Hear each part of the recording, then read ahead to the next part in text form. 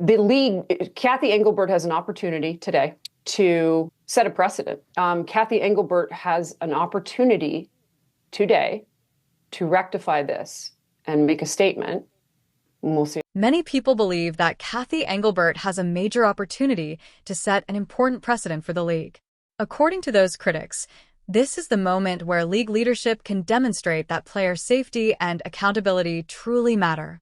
They argue that Engelbert has the chance to address the controversy directly, correct what they see as a failure in the league's response, and send a clear message that similar incidents will not be tolerated in the future.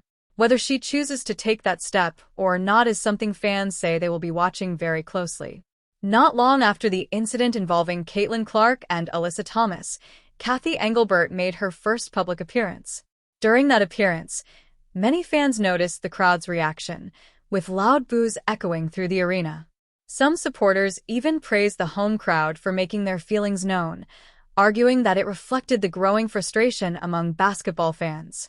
Critics also claim that Engelbert has been willing to acknowledge and respond to certain league issues while remaining noticeably quiet on the ongoing debate surrounding Caitlin Clark.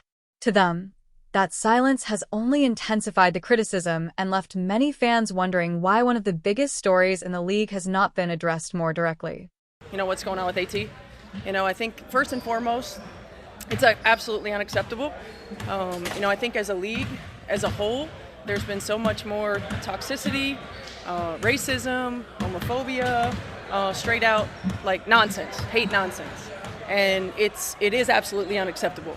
Most of this coming from the online community.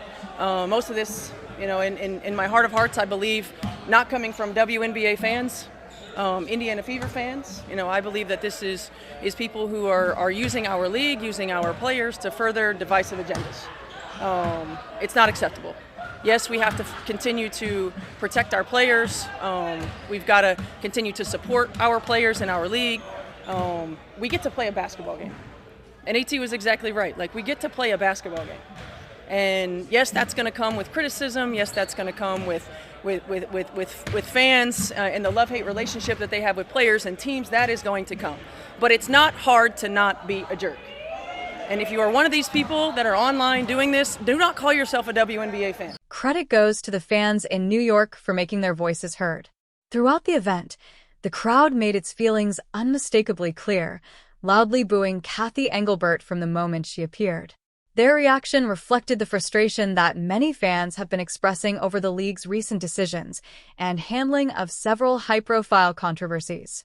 For those in attendance, it was an opportunity to publicly show their dissatisfaction rather than remain silent. The atmosphere inside the arena made the message impossible to ignore. As the boos echoed throughout the building, many supporters viewed it as a direct response to the league's leadership and the choices that have fueled ongoing criticism. The moment quickly became another talking point among fans, with many asking how it feels to stand in front of a crowd expressing such overwhelming disapproval. To them, the reaction symbolized growing frustration with the direction of the league and the belief that fans deserve to have their concerns acknowledged. Week been like for you? Crazy. The playing the game, being suspended, just the whole narrative that's being painted out there. It's unfortunate that it's come to this over basketball. A lot of us, myself included, didn't even know the play took place until after, the game. And, now we're being painted as thugs and there's death threats out on us. So it's really unacceptable. It's something that needs to change in this league, and I'm just really sick and tired of it. Have you ever experienced something like that before? A couple years ago when we played Indy in the playoffs, same thing, but not to this extent. What makes this situation even more unbelievable is that Alyssa Thomas finally broke her silence after the incident. During her comments, she shifted the blame toward Cathy Engelbert, claiming she was only informed about her one-game suspension around 10 minutes before the media found out. She described the way the league handled the situation as unfair and suggested she had been treated poorly. It's surprising to hear that complaint because many fans see things very differently. They question how Alyssa Thomas can claim she was mistreated while Caitlin Clark, the player involved in the incident, has received no public apology or strong statement from the commissioner. There has been no clear message saying this kind of play is unacceptable or that stronger action will be taken in the future. Instead, according to many critics, the league has remained completely silent. Dear Cathy, my name doesn't matter. What matters is that I am one of millions of people who left this game and came back to it. And I need you to hear why. I grew up watching Michael Jordan, Larry Bird and Tony Kukoc. When they retired, basketball had lost its pull on me. For years, I didn't even watch a single game. Then a few years ago, a clip of a college guard pulling up from 30 feet, no hesitation, found its way to my screen. The passing, the range, the sheer will to win written across her face. I was in awe. That player was Caitlin Clark. And she brought me back to a sport I thought I had left for good. When she was drafted, I became a Fever fan overnight.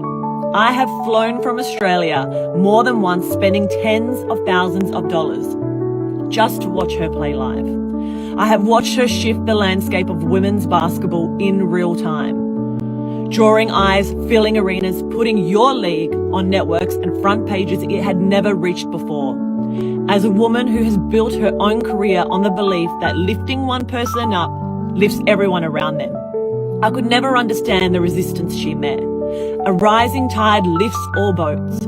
Her success was never a threat to the WNBA, it was a gift. And yet, what should have been celebrated has been too often met with hostility. Last night in Indy, that hostility crossed the line.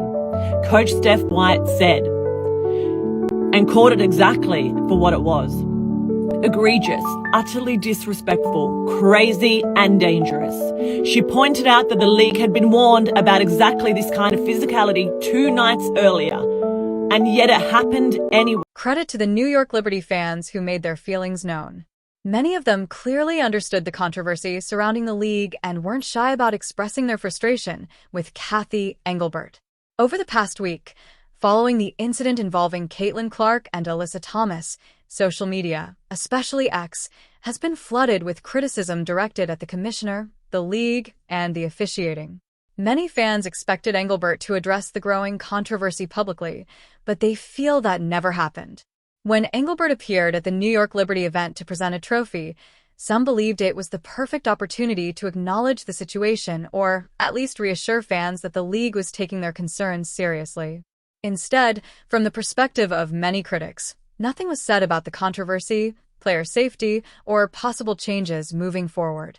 As a result, many fans believe the officiating will remain the same. The disciplinary action against Alyssa Thomas was too light with only a 1-game suspension, and the season will simply move on without meaningful changes. That has led some supporters to ask what Caitlin Clark should do next, with some even arguing that she should consider leaving if they feel the current situation doesn't improve. It makes it look distorted, but I watched it real time, and I watched it and reposted it. And any time, I mean, the whole element of these new flagrant 1 calls, like if you're going up for a layup and somebody accidentally cracks you in the face, it's a flagrant foul and a technical 2. If the situation continues exactly the way it is, and Caitlin Clark is expected to deal with the same level of physical play and repeated contact every single game, then many fans will naturally begin asking difficult questions. From their perspective, the WNBA has a commissioner who still doesn't fully recognize just how valuable Clark is to the league. Many believe that if Caitlin Clark ever chose to play overseas or in another professional league, thousands of fans would follow her wherever she went. At the same time, they argue that a huge number of those same fans would stop watching the WNBA altogether. The league certainly existed before Caitlin Clark arrived, but critics point out that attendance, television ratings, and public interest were at a much lower level. Ticket prices were inexpensive, arenas often had large sections of empty seats, and national attention was limited. Once the Indiana Fever drafted Clark, everything changed. Teams across the league suddenly wanted to move games to larger arenas because they knew Clark would attract bigger crowds and generate more ticket sales. Opposing franchises benefited from her popularity because she became one of the biggest draws in the sport.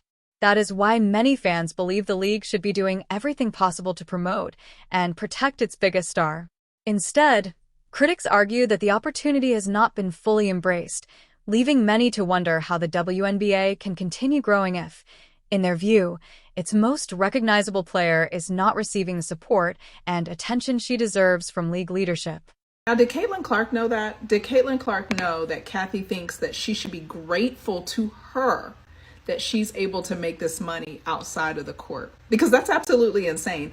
Caitlin could have stopped playing basketball as soon as the Iowa season was over and she was destined to be a millionaire. She could literally just tour as Caitlin Clark, the brand. Like, literally, she could just show up at basketball tournaments and hand out trophies and just be her. The Gatorade spokesperson, State Farm commercial, whatever. She never really had to go to the WNBA, like, ever. She brought fans to the WNBA. And so for Cathy to make it seem like she's doing Caitlin a favor is insanity. It's actually insanity. And so I'm just curious if Caitlin is aware that that's how her name is being used. Like, oh, she should be happy because she would have made nothing. Cathy B, so absolutely for real. Caitlin was making money in college based on her likeness. Indiana wasn't making money before Caitlin got there. Like, what? I am so confused. I think that they're playing off of these women's desires and life goals to be a part of the WNBA just because of the namesake of what it is, right? Like, ultimately, athletes want to play in the highest league that there is, and currently that is the WNBA. I made a video last year, way before Unrivaled started, but when they announced it, and I said, this is the Netflix blockbuster. What do you think about everything that's happened? I'd really like to hear your opinion, so make sure you leave your thoughts in the comments section below. A lot of fans believe this entire situation has been disappointing, and they haven't been shy about expressing how they feel. Credit to the New York Liberty fans for making their voices heard, because they clearly showed where they stand by loudly booing Cathy Engelbert. Whether people agree with that reaction or not, it's obvious that many supporters are frustrated and want the league to address their concerns.